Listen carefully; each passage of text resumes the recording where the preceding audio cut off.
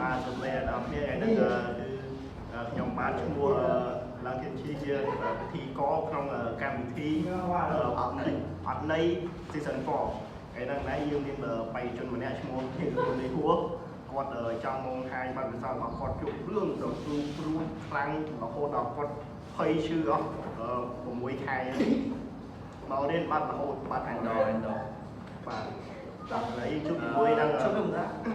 កម្មវិធីនេះឧបត្ថម្ភដោយវិជឺក្រោះតែនិយាយដល់ហើយជួបជាមួយនឹងតារាកិត្តិយសរបស់យើងបាទសូមណែនាំខ្លួនបាទអូយសួរប្រិយមិត្តទាំងអស់គ្នាខ្ញុំបាទឈ្មោះហ៊ីវកុលលីហួរហើយខ្ញុំបាទជាអ្នកជួប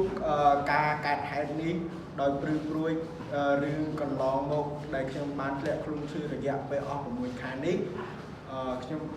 សូមនិយាយប្រាប់បងប្អូនដូចទៅរឿងមុនដំបូងគឺថាខ្ញុំជាមួយមិត្តភក្តិរបស់ខ្ញុំបានទៅដើរលេងនៅកន្លែងទេសចរមួយជាកន្លែងទឹកធ្លាក់ធម្មជាតិស្រស់ស្អាតហើយក៏បានជួបរឿងមួយដ៏ភ្ញាក់បោកបំផុតជាមួយនឹងមិត្តភក្តិរបស់ខ្ញុំពេលនោះខ្ញុំកំពុងតែដើរចូលព្រៃមួយខ្ញុំសូមមិនបញ្ចេញឈ្មោះហើយក៏បានធ្លាក់ដើមឈើមកដុបខ្ញុំជាមួយមិត្តភក្តិខ្ញុំភ័យយ៉ាងខ្លាំងស្មានតែមានខ្មោចកាត់ស្មានតែមានខ្មោចលងខ្ញុំ3នាក់កាយអំពិតមិនមែនខ្មោចទេគឺជាឈើមួយដែលធ្លាក់មកប៉ះជាមួយនឹងស្លឹកឈើទេវាលេងតែក្រោកហើយខ្ញុំក៏បានភ្ញាក់ផ្អើលយ៉ាងខ្លាំងហើយពេលវេលាបន្ទាប់មកគឺថាខ្ញុំបានរៀបចំបោះតង់អញ្ចឹងណាបោះតង់ជាមួយមិត្តភក្តិខ្ញុំ3នាក់អញ្ចឹងហើយបោះតង់នៅមាត់ជ្រួសហ្នឹងវាអត់មានមនុស្សទេមានតែគ្នា3នាក់ឯនេះហើយពេលហ្នឹងដែរគឺពេលវេលាចិត្តងឹតឯងពេលវេលាវាចិត្តងឹត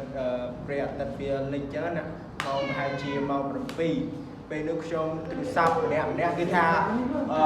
អត់មានថ្មទេអស់ថ្មទាំងអស់ហើយអត់មានសេវាលេងទេហើយពេលនោះ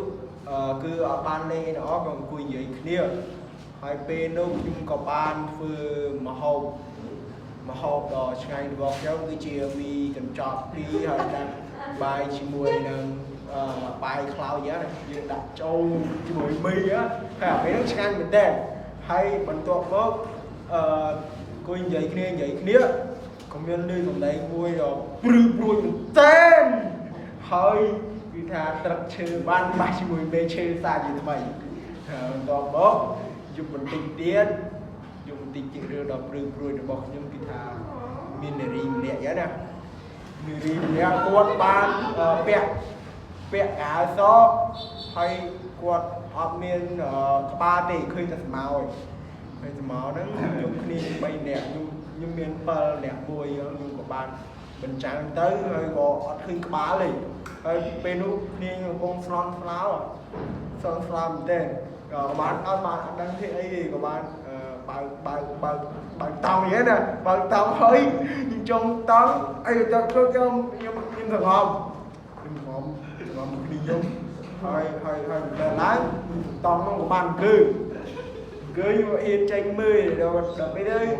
គ្នាខ្ញុំចេញមើលហើយមានសលេងមកតែបងនេះ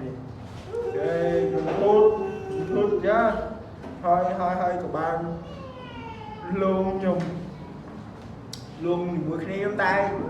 ខ្ញុំពេលនោះអត់ហ៊ានចេញពីតង់ទេដល់ពេលខ្ញុំបើកតង់មើលអត់មានឃើញអីទេក៏បានឃើញកូនកណ្ដោមួយ con cái thằng nước kia bốc tòng nhom thấy còn miền sầm lây đằng hồi các bạn hiện ngông máu đi sầm lây nó khăng nghĩa nè hay mình buộc bốc mà dục nước khi ban rạ đi ban rạ thấy còn mình khi nhóm cho tăng vậy đi là hốt công viên ta chả đấy nhưng mà đang màu mình tiếp vẫn chui vô mà chui thà ôn vì nó nhung khi ba mình đến nơi mình đi nó cứ hai chút bây giờ đang cột màu mình thì ហើយគាត់សួរខ្ញុំថាណែមកបោះតង់ខ្ញុំខ្លាចទេនឹងបានប្រាប់គាត់ថាគាត់ខ្លាចទេហើយដល់ពេលទៅគាត់ជួតតប៉ុណ្ណឹងហើយខ្ញុំក៏បានងាកបានតិចបាត់សម្ោគាត់ឈឹងដឹងគាត់តែណាទេហើយកណ្ដាលរឿងនោះអត់ស្រួលទេជាមួយគ្នាខ្ញុំ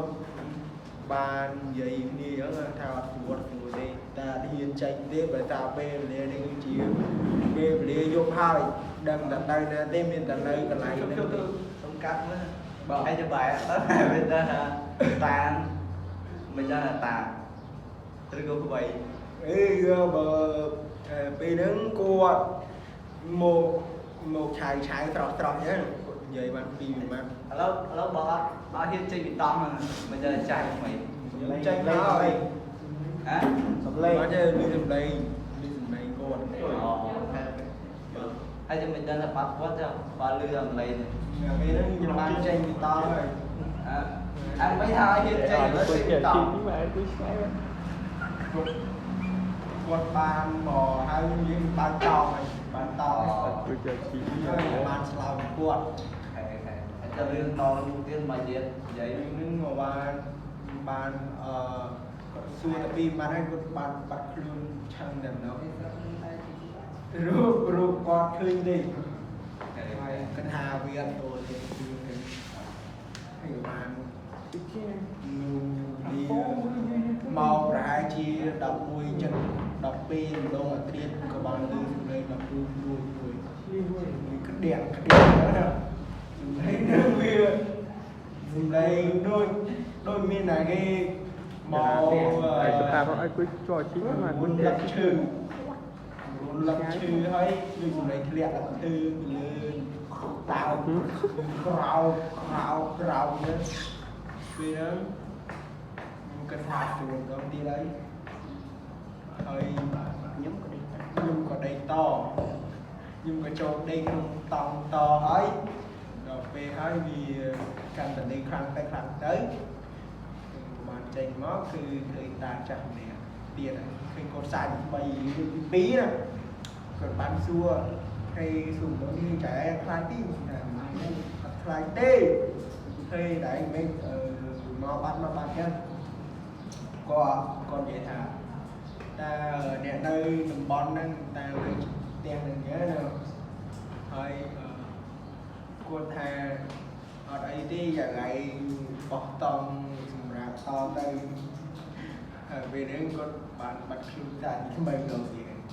Có bắt thương thế này. ខ្ញុំមិនដឹងដែរខ្ញុំគិតថាខ្មោចលើ Lương chọn đi. Cái nước thì mà nó hay chưa nhiều ឈឺរយៈពេល6ខែតែទៅមកទេតែជីវិតអាប់ដាក់ហើយនឹងបានចប់ទេ Ở đây